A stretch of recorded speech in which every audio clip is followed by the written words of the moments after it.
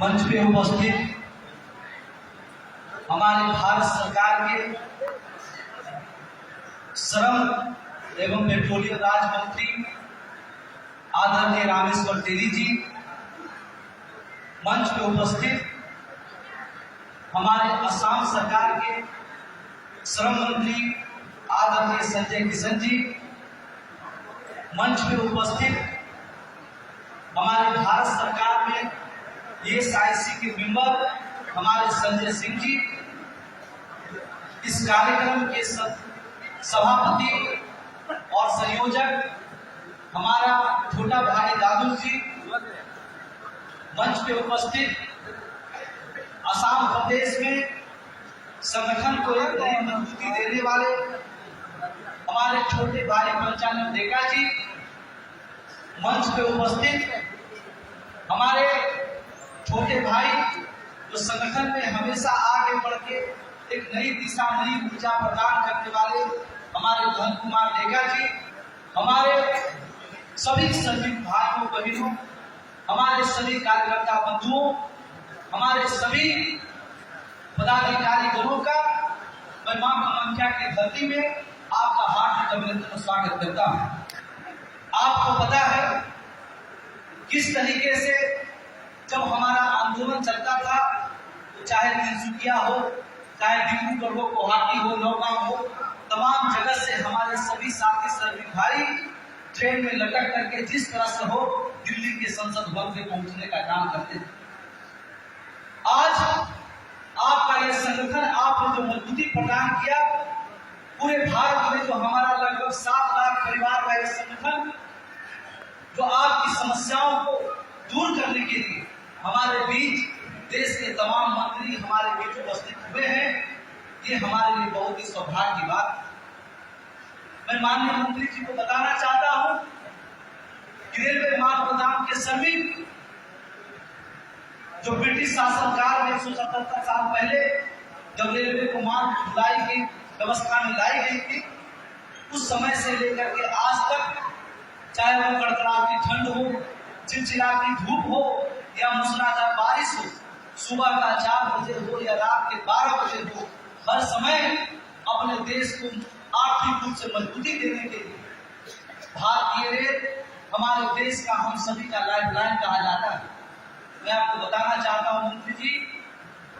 कि देश का जो रेल लाइफलाइन है, हर साल जब बजट देश में हमारे रेल मंत्री जी पार्लियामेंट में प्रस्तुत करते हैं, तो ये उनको आप सभी को पता होगा कि रेलवे का जो मुख्य आमदनी का जरिया है, लगभग 1 रुपया में 70% की जो आमदनी होती है, आज 37 किलोमीटर से लेकर के जो पूरे देश में लाखों किलोमीटर में रेलवे जो बढ़ने का काम हुआ है, आज विश्व में दूसरा सबसे बड़ा रेलवे नेटवर्क अगर कोई है तो हमारा भारत का दूसरा सबसे बड़ा रेलवे नेटवर्क है। आज जो विश्व में सबसे बड़ा दूसरा रेलवे नेटवर्क भारतीय रेल बना है, अगर वो किसी का सबसे महत्वपूर्ण योगदान है तो हमारे रेलवे मार्ग गोदाम के सभी को एक बैठे हुए सभी को करेंगे। मैं धन्यवाद करना चाहता हूं हमारे भारत रत्न स्वर्गीय अटल बिहारी वाजपेयी जी का श्रद्धांजलि अर्पित करना चाहता हूं इस संगठन के माध्यम से, जो वो देश के प्रधानमंत्री थे और इस देश के श्रम मंत्री डॉक्टर साहेब सिंह वर्मा स्वर्गीय थे। पहली बार भारत सरकार की कैबिनेट की बैठक 28 अक्टूबर 2003 को रखी गई। उसमें भारत सरकार ने रेलवे मार्ग गोदाम के श्रमिकों जो संगठन ने मांग रखा, चाहे उनकी मेडिकल की सुविधा हो, इनके सही वेतनमान की सुविधा हो, इनके बच्चों की शिक्षा की व्यवस्था हो, इनके लिए रेलवे पास की सुविधा हो, तमाम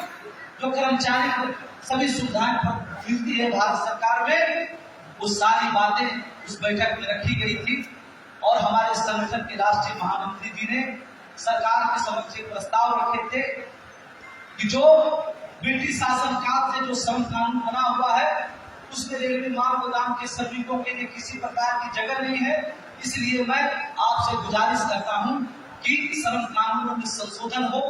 इन रेलवे मार्ग गोदाम के श्रमिकों को उसमें जगह मिले ताकि उनके हक अधिकार का मार्ग प्रशस्त हो सके। सरकार ने उस बैठक में प्रस्ताव को पारित किया, लेकिन सदन में वो पारित नहीं हो सका, सरकार चली गई। 10 साल हमारा आंदोलन का समय रहा जब नरेंद्र मोदी जी की सरकार बनी, पुनः हम सभी लोग ने भारत सरकार के साथ मीटिंग बैठक, चाहे वो श्रम मंत्रालय हो, रेल मंत्रालय हो, मैं अभिनंदन करना चाहता हूँ हमारे भारत सरकार के श्रम मंत्रालय और हमारे पूर्व श्रम मंत्री संतोष कुमार गंगवार जी का, कि जब 4 लेबर कोड बना, इन मजदूरों के लिए जो ऑक्यूपेशनल सेफ्टी कोड बिल लाया गया, उस बिल में रेलवे माल गोदाम के श्रमिकों को स्थान मिला, इनको एक पहचान के रूप में प्राप्त। उसके बाद हमारी दूसरी त्रिपक्षीय बैठक 23 मार्च 2021 को श्रम मंत्री की अध्यक्षता में भारत सरकार के श्रम मंत्रालय के समक्ष रखा गया। उस बैठक में मैंने भारत सरकार के समक्ष आपकी समस्याओं के बारे में रखा कि महोदय, आप असम प्रदेश चले जाइए, उड़ीसा प्रदेश चला जाइए,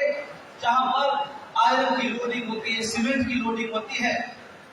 हमारे देश में ऐसी कहावत है, हमारे बड़े बुजुर्ग पिता बताते हैं कि हमारे हाथों में जो भाग की रेखा है वही बताती है कि हमारा आने वाला कल कैसा है। मैं आपको बताना चाहता हूं महोदय, रेलवे माल गोदाम के श्रमिक ने इस देश और रेलवे को भाग को बनाने के लिए अपने हाथों की लकीर तक मिटा देने का काम किया है। आज बहुत सारे ऐसे हमारे श्रमिक हैं जिनका आधार कार्ड नहीं बन पाया है। उसका कारण ये है कि जब वो थंब लगाने जाते हैं तो उनके हाथों की लकीर मिट गया है। ऐसे मजदूर जो 177 साल से देश के विकास में रेलवे को नई ऊंचाई देने का काम जो करते आ रहे हैं, आज इस बैठक में उनके आने वाले पीढ़ी, उनके बच्चे, उनके भविष्य को सुरक्षित करने का निर्णय लिया जाए। इतिहास के पन्ने में लिखा जाए कि जो 177 साल में हमें अधिकार नहीं मिला, वो हमारे नरेंद्र मोदी जी की सरकार में मजदूरों को मिलने का काम हुआ है। हमारे भारत के प्रधानमंत्री जी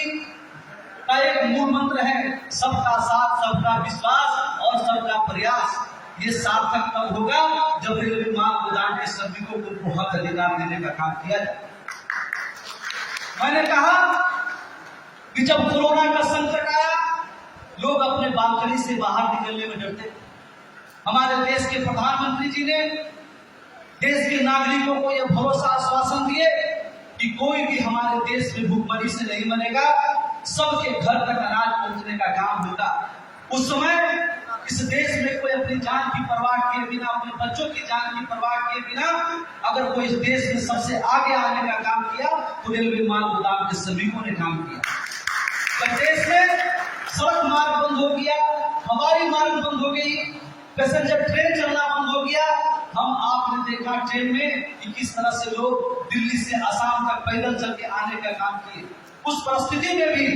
हमारे लोग, हमारा माल गोदाम के श्रमिक कहीं 500 की संख्या में, कहीं 1000 की संख्या में, कहीं 2000 की संख्या में एकत्रित होकर पुलिस की डंडा खा करके थे। पुलिस की डंडा इसलिए खाए कि उनके पास उस समय पहचान नहीं था कि ये माल गोदाम के श्रमिक। जब वो गेहूं, चावल, चीनी, तमाम खाद्यान्न सामग्री उतार करके देश के कोने कोने में पहुंचाने का जब वो काम कर रहे थे, उस भोजन की सामग्री खा करके डॉक्टर कोरोना के बीमार लोगों का इलाज कर रहे थे। वही भोजन खा करके हमारा प्रशासन देश को सुरक्षा प्रदान करने का काम कर रहे थे। उस समय अगर सबसे बड़ा कोरोना वीर के रूप में अगर कोई सामने आया तो रेलवे माल गोदाम के श्रमिक आए। मैंने उस बैठक में मांग किया कि हमारा मजदूर जो दिन रात काम करता है, अगर एक आदमी का औसत उम्र 60 से 70 वर्ष है, जब वो दिन रात सीमेंट की बोरी उतारता है, उसके नाक में सीमेंट का गर्दा जाकर के उसके लंग्स में जब जाने का काम होता है, वो अपने जीवन का 10 साल कम उसका हो जाता है। ऐसे त्याग करने वाला हमारा रेलवे माल गोदाम के श्रमिकों को उसको मेडिकल की सुविधा प्राप्त हो, उसको समान काम समान वेतन का सुविधा प्राप्त हो। हमारी तरह काम करने वाला हमारा एफसीआई का मजदूर भाई जो एफसीआई के गोदाम में चावल, गेहूं, चीनी ट्रक से लोड अनलोड करने का काम करता है, वो एफसीआई का सामान भी माल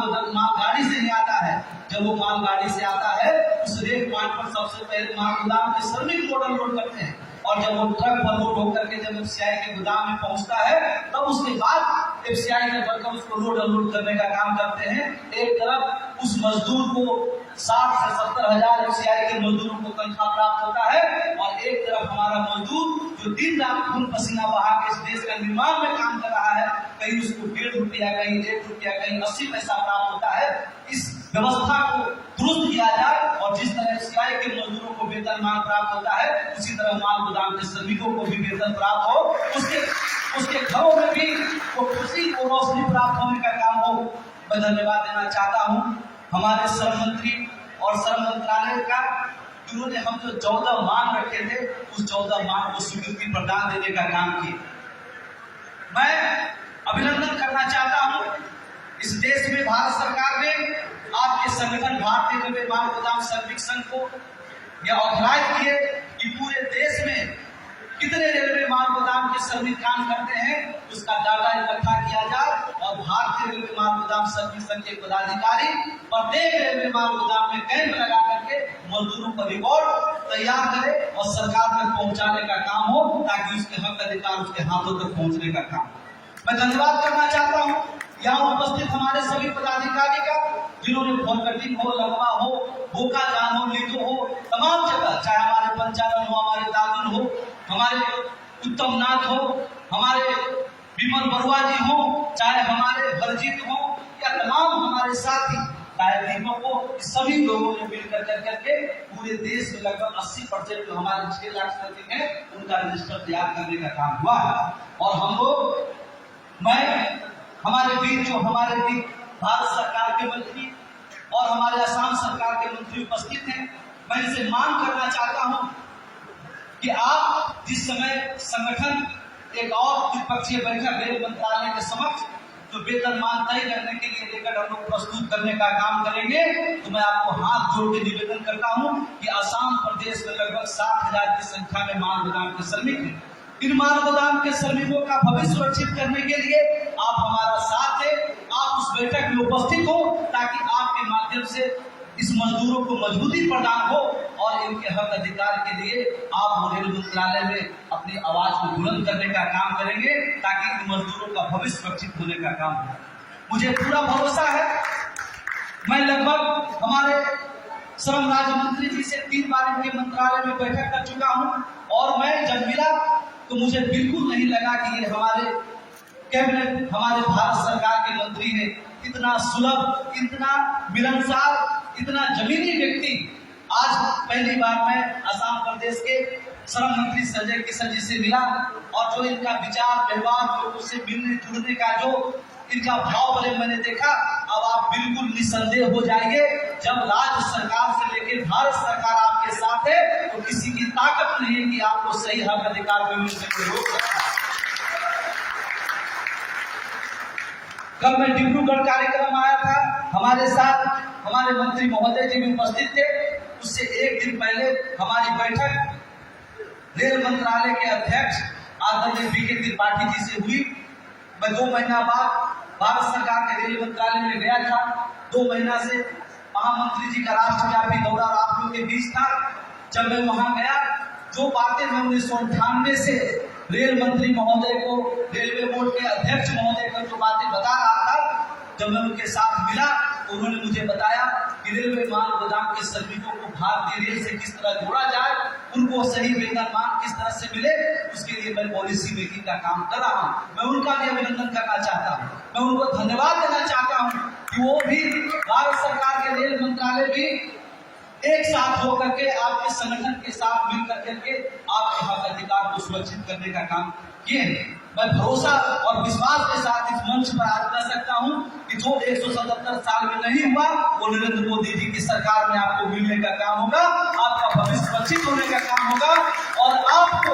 सही न्याय मिलने का काम होगा। ये बहुत बड़ा शुभ संकेत हमारे बीच में है कि हमारे एक राज्य के असम प्रदेश के श्रम मंत्री और भारत सरकार के भी श्रम मंत्री आपकी समस्याओं को दूर करने के लिए आपके पास उपस्थित है। मैं इनका अभिनंदन करना चाहता हूँ, पूरा संगठन की तरफ से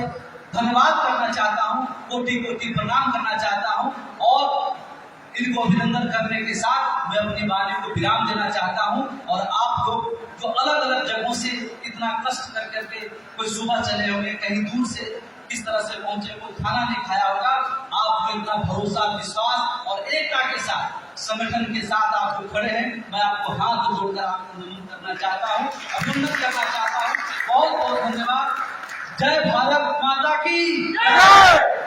श्रमिक संघ जिंदाबाद जिंदाबाद जिंदाबाद। बहुत बहुत धन्यवाद।